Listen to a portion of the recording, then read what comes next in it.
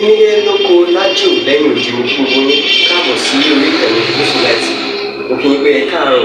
ẹ káàsán, ẹ káalẹ́ ní ibi tẹ́lẹ̀ gbogbo tẹ́lẹ̀ àti láǹfààní láti máa wò ìkànnì Salaty. Àjíjẹ ara yóò máa jẹun,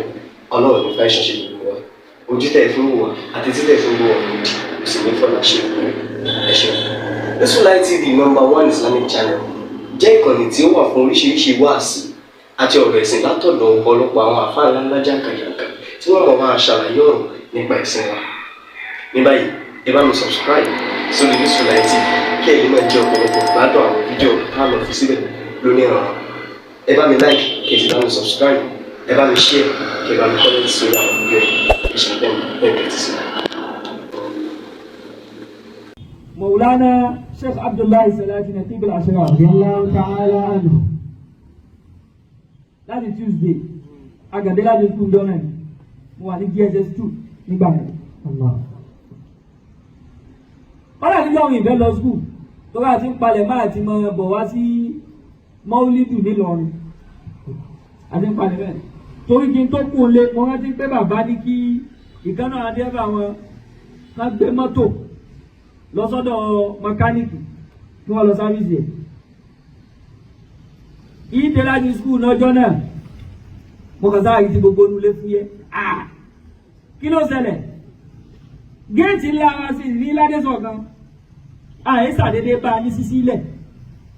Nǹkan kan ti ṣẹlẹ̀. Wọ́n á dé náà sọ́gbà ó rẹ bàbá ni kí wọ́n gbé bàbá lọ sí ọsibítù. Àárẹ̀ bò tí lọ ní ku ọdún láyé ẹ̀ka lọ́dún láti máa wà lọ nígbà wọn. Bàbá ń lọ lọ́rin báyìí ìgbà tó ń wà láì jẹ́nẹ̀ ni. Àti nílò ìjọsẹ̀ kan lọ. Ọjọ́ ìdùnnú wa pín ọjọ́ tá a bá sọ kalẹ̀ sí lọ́run. A mọ̀ ṣe sí kiri inú mọ́tò táyì dé lọ́run. Alùbàdì bàdí ìdáfi yíde ní lọ́rin ká lè fi lu yanu bọ́ọ̀sì kan. Níbi tí inú wa máa dùn dé. Ìjọ tí inú wa máa wá bàjẹ́ jù nígbà bá ń kọ́ wa lọ lé pé ọ̀la rẹ̀ lè kó àdúgbò lè kó yìí. Allahu Akbar. Allahu Akbar. Tuesday yìí tí ń jẹ́ ìjẹta ní 2003 náà gbé àbá lọ síbítù. Dájọ́ fi dalẹ̀ wọ́n bá tó wá pé àdúrà yá o pásá àdúrà o kó ká sàdúrà lábíà fún bàbá. Àmọ́ bá rẹ̀ náà ṣe tó. A sì tún kéré jù báyìí lọ́gbà náà. Nígbà tí ó fi di ọjọ́ Thursday bí èdè ọjọ́ èyí dá wà àwọn òròyìn tí ó dá ẹni ń fẹ́ máa fẹ́ wá. Ẹnìkan lè dé tó ní ara bàbá ti yá ẹlòmí tún lè dé tó wọ́n pà fájú wọn pé àyíká ń gbọ́ yóò ẹ̀mí wọ́n kà sí kì wọ́n bá tó kó wájọ́ pé ká bẹ̀rẹ̀ àdúrà abàtú bẹ̀rẹ̀ àdúrà fá ya Kafiya Shafiya Muafiya Dafiya Salam ya Kafiya Shafiya Muafiya Dafiya Salam. Bàtà sáadá tó fi jẹ ìṣá ìta kí ìrùdá sí gbogbo ẹ̀ àtúlẹ̀ èso ó tún dáárọ̀ àtúkòsì. Bàtà sáá títí tọ́sídẹ̀ tó yẹ ká kú ní kò ní ká máa lọ lọ́rin tó ẹ̀jẹ̀ ká máa kú náà ní ọ̀tọ̀ ní ìbànújẹ́ àìsí ìkú ọ̀lọ̀ lọ́rin ọ̀tọ̀ ní ìbànújẹ́ pé bàbá tí ó kọ́ wa lọ náà ní náà lọ sí náà yìí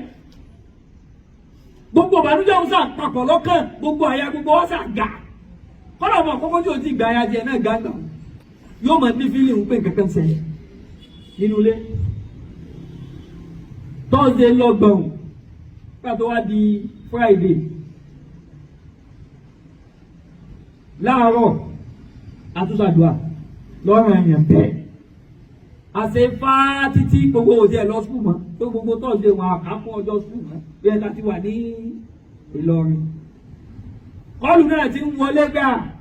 ẹ̀mẹ́yà rẹ̀ tó ti wà ní Ìlọrin dé pé wọ́n ń dé fún Mọ́lídù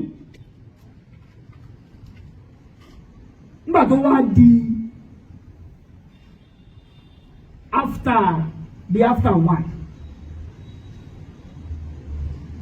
gbogbo àwọn ìyàwó bàbá tájá àmọ̀mọ́ wa mẹ́tẹ̀ẹ̀ta wọ́n ti lọ bá wọn lọ síbítù ó tó di after 1 nígbà tí ó fi di after àwọn àbí after àwọn àsìtò tù akàrà àwọn mẹ́tẹ̀ẹ̀ta kẹ́ dé papọ̀ ni. Dídé papọ̀ táwọn mọ̀mọ́ wa dé ó yẹ kí bàbá náà tẹ̀lé wọn dé nì. Ojú gbogbo àti àwọn òbí kí ló ṣẹlẹ̀ wọ́n sà kóòdì wọn ibi ké ní ojú wọn tó ti ó ṣẹlẹ̀ bóyá sì ti ṣẹlẹ̀ gbà wọn àti ibẹ̀ sọ fún wa ní àmọ́. Ìkànnì àwọn aṣáájú wa kan wá dé pé ó yá ẹbọ sí máa ṣe sí gbogbo yìí. Àdúrà àtìgbà ń wá ní adá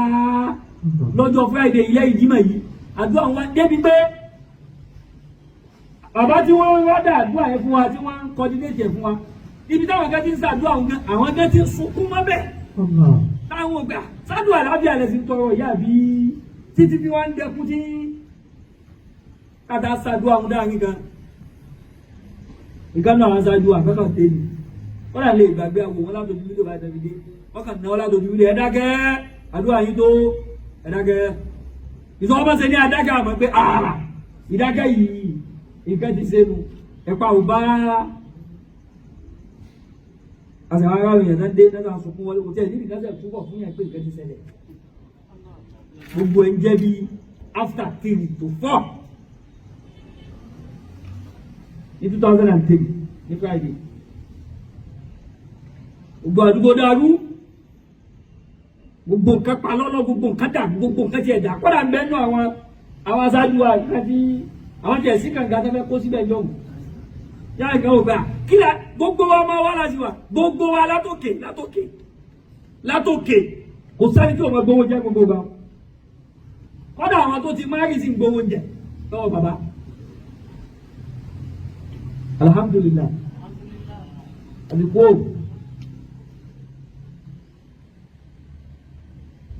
tó yẹ kẹ́ máa sọ̀rọ̀ kó máa dọ́dọ̀ tuntun àbíkú wọ́n bá báàgì gbogbo wa ó di lọ́rùn gbogbo àwọn tí ń retí bàbá pàdé sí pọ́n retí wọn mọ́ lílù subhanallah gbogbo wọn làwọn bọ̀ fún mọ́ lílù wọn àmọ́ pé fìdáhù bàbá ní jànáza bàbá làwọn bọ̀ fún 2003 sí ọjọ́ ìlú tá à ń sọ yìí is now 22 years old àbí 22 years nígbà náà tó fi wá dé sí gbogbo ń dáa rò nígbà wọn ni pé kò tún sí dáadáa kan tó lè ṣẹlẹ̀ mọ́ ẹ̀mí gbàgbà gbogbo àwọn àdàbẹ̀ lè wé gan-an bọ́ọ̀ lọ́wọ́ skul yóò ṣe é san àṣẹyìn tọ́lọ̀ wọn tún ṣe lẹ́yìn wọn yóò tún ju lójú wọn lọ èyí wọn jẹ́ 26 tí ọ̀la ń jẹ́ 27 tí bàbá jáde láyé gẹ́gẹ́ ọlọ́mọ́sà wa ṣe àlékún kẹ bàbá Mawlana Naqib al-Ashraf ọlọ́run ò jẹ́ kẹ́yìn wọn bàjẹ́ bójú wọn náà ṣe bàjẹ́ báwa ṣàlékún kẹ wọn báwa ṣàlékún kẹ wọn ربنا اغفر لنا ولإخواننا الذين سبقونا بالإيمان ربنا اغفر لنا ولإخواننا الذين سبقونا بالإيمان ولا تجعل في قلوبنا غلا للذين آمنوا ربنا إنك رؤوف رحيم الله ما فرجي مقوى مولانا نقيب الأشراف báwa ṣàlékún kẹ́ wọn báwa ṣàlékún gẹ́ wọn báwa ṣàlékún karama kìámà wọn gbogbo wa lápapọ̀ wa a ṣe bisimilahi wọlọ mọ́kànlá a fi àtà ìyá àti kẹ́yìn rẹ̀ kò sójúmọ́ kẹta ìṣàdúrà fún wọn ìbájí lójúmọ́ kẹta ìṣì dájọ́ àdúrà fún wọn ìṣì gbàgbé gbogbo bàtà bá ti kírun ní ìrun kọ̀ọ̀kan àdúrà wọn tẹ̀ torí tọ́lọ̀ fi bàbá yẹn ṣe ní ayé wo òkèrè bó bá já sọ náà máa rà fún lé wọn máa rà fọmọ títí máa dá fún un ni sẹ́yìn ló fi dá ni láti bàbá ti lọ a lè máa wọ́ sọ ohun dìbò yóò ti wọ̀ ọ́ tẹ́tẹ́ yìí bó jẹ́ fìlà kan ni bó jẹ́ kẹ́kẹ́ ni àbọ̀wọ́ kan ni sẹ́kọ̀ ní ti tán àmẹ́ ẹ̀kọ́ tí wọ́n fi sára wa òun là gba ogún oníkálukú náà kọ́ mẹ́ káwọn gbogbo ayé sí ìrántí ilé tá a ti ń bọ̀ àwọn ẹ̀kọ́ tí wọ́n ń kọ́ wa nulé o táwọn òbí rẹ̀ ń kọ́ ọ̀hún mọ́ fojú kékeré mú o òun là gba lẹ́gẹ́sì tó padà mọ́ fi líbu ayé rẹ̀ níwọ̀n ọmọ tó ń kọ́ tó ń segin fúlẹ́gẹ́ o ìfẹ́ ó fẹ́ kù wọ nìkan. torí bàtà bá lọ tá a bá bọ̀ tí ò sẹ́nìkan